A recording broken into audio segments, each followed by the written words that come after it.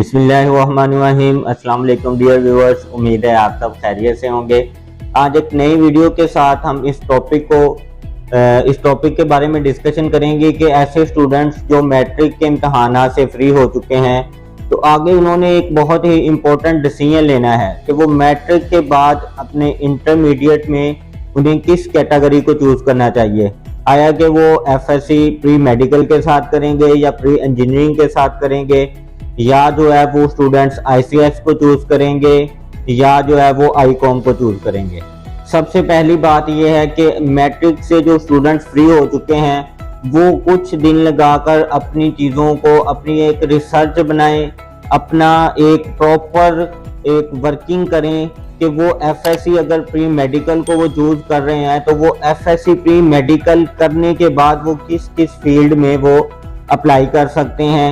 इसके बाद अगर वो प्री इंजीनियरिंग को चूज कर रहे हैं तो वो प्री इंजीनियरिंग के बाद वो किस किस फील्ड में अप्लाई कर सकते हैं, उनके लिए जो है वो जॉब अपॉर्चुनिटीज क्या होंगी। अगर जो है वो आईसीएस वो कर रहे हैं तो सेम इसी तरह उन्हें अपनी वर्किंग करनी होगी कि वो आईसीएस के बाद उनके पास कौन कौन से ऑप्शंस अवेलेबल होंगे। एक तो इस चीज के ऊपर वर्किंग करनी है, और दूसरा आपको एक अपने जो है वो मार्क्स का टारगेट क्राइटेरिया जो है वो सेट करना होगा। अपने आप को एक टारगेट अपना सेट करना होगा कि आपके कितने मार्क्स हैं, और आप उस मार्क्स के लिहाज से भी अपनी आने वाली जो क्लासेस हैं उसको चूज कर सकते हैं।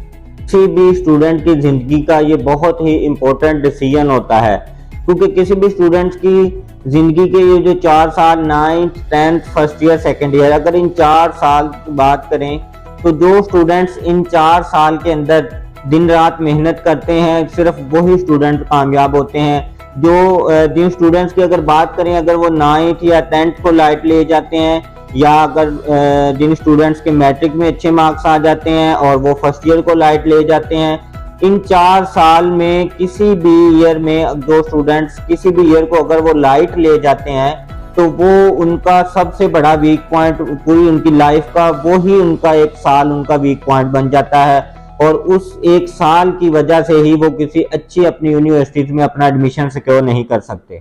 डियर स्टूडेंट्स, सबसे पहले हम जो है वो एफएससी प्री मेडिकल को हम डिस्कस कर लेते हैं। एफएससी प्री मेडिकल में एडमिशन लेने के बाद, आप एफएससी प्री मेडिकल कंप्लीट करने के बाद आपके पास कौन कौन से ऑप्शंस अवेलेबल होते हैं। जैसा कि सभी स्टूडेंट्स को पता है कि एफएससी प्री मेडिकल में जो है वो उन्हें बायो पढ़नी पड़ती है, और एफएससी प्री मेडिकल कंप्लीट करने के बाद आपके पास 80+ ऐसे प्रोग्राम्स हैं जिनमें आप इजीली अपना एडमिशन सिक्योर कर सकते हैं। अगर आपके एफएससी प्री मेडिकल के पास बाद अच्छे मार्क्स आ जाते हैं तो आप उनकी टेस्ट क्लियर करने के बाद एमबीबीएस या बीडीएस में अपना एडमिशन सिक्योर करते हैं। अगर उससे थोड़े से कम मार्क्स की बात करें तो उसमें जो है वो डीवीएम आ जाता है, फॉर्म डी आ जाती है। ऐसी ऑलमोस्ट 60-70+ ऐसे प्रोग्राम्स हैं जिसमें आप इजीली अपना एडमिशन सिक्योर कर सकते हैं।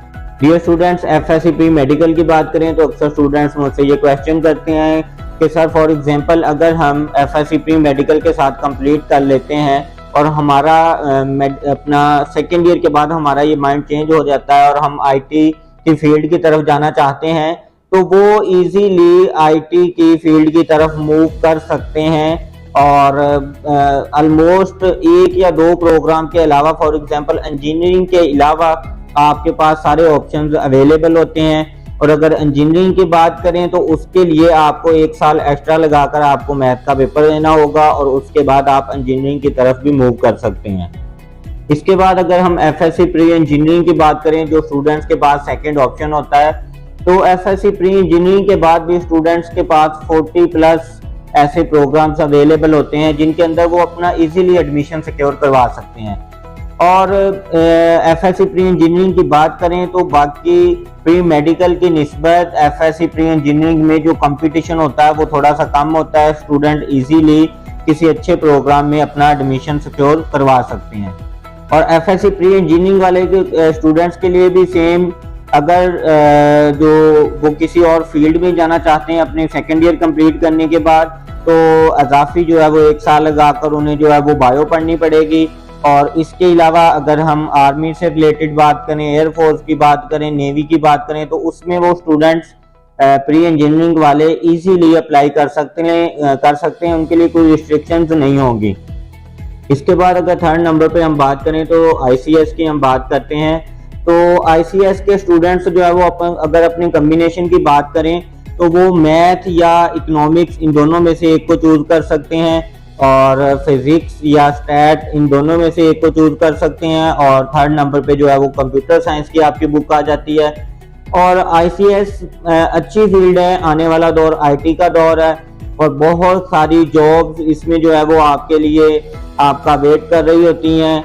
और अगर हम बात करें तो ये ऐसी फील्ड आ जाती है जिसमें सेकेंड ईयर कंप्लीट करने के बाद स्टूडेंट्स डिफरेंट यूनिवर्सिटीज में अपना एडमिशन भी सिक्योर कर लेते हैं, और कुछ स्टूडेंट्स साथ साथ जॉब करके अपनी अर्निंग भी स्टार्ट कर लेते हैं। और अक्सर देखने में ये भी आया है कि कुछ स्टूडेंट्स आईसीएस करने के बाद अपना बिजनेस स्टार्ट कर लेते हैं, अपनी फर्म्स बना लेते हैं, अपनी डिफरेंट किस्म की अपनी सर्विसेज प्रोवाइड कर रहे होते हैं, जिससे जो है वो उनको बहुत ज़्यादा अर्निंग हो रही होती है। तो आईसीएस भी एक अच्छी फील्ड है। आईसीएस को लेकर अगर हम बात करें तो एक सिर्फ नस्ट यूनिवर्सिटी ऐसी है कि जो आईसीएस वाले बच्चे नस्ट यूनिवर्सिटी में एडमिशन नहीं ले सकते। इसके अलावा ऑलमोस्ट बाकी तमाम इंजीनियरिंग की यूनिवर्सिटीज़ हैं जिनके अंदर स्टूडेंट्स आईसीएस वाले स्टूडेंट्स इजीली अपना बैचलर के लिए अपना एडमिशन ले सकते हैं।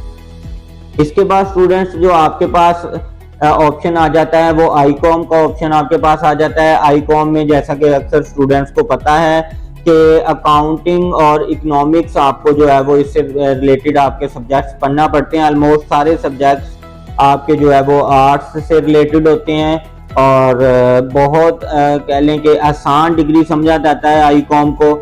और इसके बाद स्टूडेंट जो है वो ज़्यादातर आईकॉम के स्टूडेंट्स जो है वो सीए की तरफ मूव करते हैं, जो कि बहुत अच्छी एक डिग्री है, और उसका पाकिस्तान में भी बहुत ज़्यादा स्कोप है।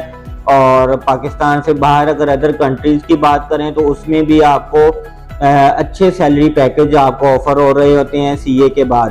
तो अक्सर स्टूडेंट्स ये क्वेश्चन करते हैं कि ओनली आईकॉम वाले ही स्टूडेंट्स जो है वो सीए की तरफ जा सकते हैं, तो ऐसा बिल्कुल भी नहीं है। FSc pre medical, pre engineering और आईसीएस वाले भी सीए की तरफ मूव कर सकते हैं। और बल्कि देखने में ये आया है कि जो स्टूडेंट्स एफएससी करने के बाद सीए की तरफ मूव करते हैं वो ज़्यादा जल्दी सीए को क्लियर कर जाते हैं, क्योंकि जो है वो उन स्टूडेंट्स में एफएससी में एक उनकी रूटीन बन गई होती है, डेली बेस पे स्ट्रगल करने की, मेहनत करने की, 8 से 10 घंटे स्टडी करने की। तो इस वजह से जो है वो सीए के स्टूडेंट्स जो है वो जल्दी क्लियर कर जाते हैं। अगर आईकॉम के स्टूडेंट्स की बात करें तो उनके जो है वो सब्जेक्ट्स आसान होते हैं, आर्ट्स के सब्जेक्ट्स होते हैं, तो वो स्टूडेंट्स को इतनी अच्छे मार्क्स के लिए इतनी स्ट्रगल नहीं करना पड़ती। तो इसी वजह से जो है वो सीए में भी स्टूडेंट्स को थोड़ा सा ज़्यादा मुश्किल लगता है आईकॉम के स्टूडेंट्स को। इसके बाद अगर हम लास्ट पे बात करें तो अक्सर स्टूडेंट्स जो है वो डिप्लोमा को प्रेफर करते हैं। अगर देहाती एरियाज़ की हम बात करें तो देहाती एरियाज़ में ज़्यादातर पेरेंट्स और स्टूडेंट्स का यही रुझान होता है कि वो DAE 3 साल का इंजीनियरिंग डिप्लोमा जो है वो कर लें, और उसके बाद मोस्टली स्टूडेंट्स जो है वो सऊदीया, दुबई और इन कंट्रीज़ की तरफ मूव कर जाते हैं। और शहरी इलाकों में जो है वो DAE का रुझान बहुत ज़्यादा कम है। उसकी सबसे बड़ी एक रीज़न ये भी देखने में आती है कि जो DAE के बाद डिफरेंट यूनिवर्सिटीज़ हैं उनमें जो है वो उनकी सीट्स भी बहुत कम होती हैं। और इसके बाद अगर आप गल्फ़ कंट्रीज़ की तरफ मूव भी कर जाते हैं, जैसा कि सऊदीया, दुबई, कतर, बहरीन वगैरह में जो हमारे स्टूडेंट्स जाते हैं, तो वो ये बताते हैं कि उनको जो है वो ज़्यादातर आउटडोर की जॉब्स जो है वो ऑफ़र की जाती हैं। उसमें जो है वो काफ़ी चीज़ों को बर्दाश्त करना पड़ता है, जिसमें गर्मी बहुत ज़्यादा, इन इलाकों में गर्मी बहुत ज़्यादा होती है। इसके बाद अगर हम बात करें तो स्टूडेंट्स के पास जो है वो लास्ट में एफए का ऑप्शन भी मौजूद होता है। और अगर देखा जाए तो बहुत ज़्यादा तादाद स्टूडेंट्स की जो है वो एफए में भी एडमिशन ले रहे होते हैं। एफए के बाद जो है वो आगे सिंपल जो है वो बीए और जो है वो एमए वगैरह वो कर सकते हैं। ऐसे कुछ स्टूडेंट्स इस तरह के जिनका जो है वो एक प्रेफरेंस होती है कि उन्होंने टीचिंग लाइन की तरफ जाना है, या जो है वो उन्होंने साथ कोई दरस निज़ामी का कोर्स करके आगे जो है वो स्टूडेंट फिर एमए इस्लामियात कर रहे होते हैं, एमए उर्दू की तरफ मूव कर जाते हैं, एमए पाक स्टडी की तरफ, और उसके बाद जो है वो टीचिंग लाइन की तरफ अक्सर स्टूडेंट्स मूव कर जाते हैं। तो ये भी एक अच्छा ऑप्शन है स्टूडेंट्स के पास। ऐसे स्टूडेंट्स जिनका आर्ट्स में ज़्यादा उनका फोकस है, उनको शौक है कि वो आर्ट्स के सब्जेक्ट की तरफ जाएं, तो उनके पास ये ऑप्शन होता है कि वो आर्ट्स के सब्जेक्ट को चूज करते हुए एफए में भी अपने अच्छे मार्क्स सिक्योर करें, उसके बाद बीए में अच्छे मार्क्स सिक्योर करें, एमए करें, एमएड बीएड करें, और उसके बाद वो टीचिंग लाइन की तरफ आए तो वो अपना एक अच्छी अर्निंग उनकी स्टार्ट हो सकती है, और उसके बाद उनके पास गवर्नमेंट सेक्टर में भी टीचिंग लाइन में जॉब्स के काफ़ी ज़्यादा जो है वो चांसेस मौजूद होते हैं। इसके बाद अगर हम ऑप्शन की बात करें तो ये सारे एफए एफएससी करने के बाद जो स्टूडेंट्स पूछते हैं कि वो आर्मी को ज्वाइन करना चाहते हैं, पाकिस्तान नेवी को ज्वाइन करना चाहते हैं, एयरफोर्स को ज्वाइन करना चाहते हैं, तो ये सारे प्रोग्राम्स के साथ वो इजीली पाकिस्तान आर्मी, एयरफोर्स और नेवी को जो है वो इजीली ज्वाइन कर सकते हैं। सिर्फ जो है वो कुछ प्रोग्राम्स में डीएई स्टूडेंट्स, डीएई के डिप्लोमे के जो स्टूडेंट्स होते हैं उनके लिए रिस्ट्रिक्शंस होती हैं, वो अप्लाई नहीं कर सकते।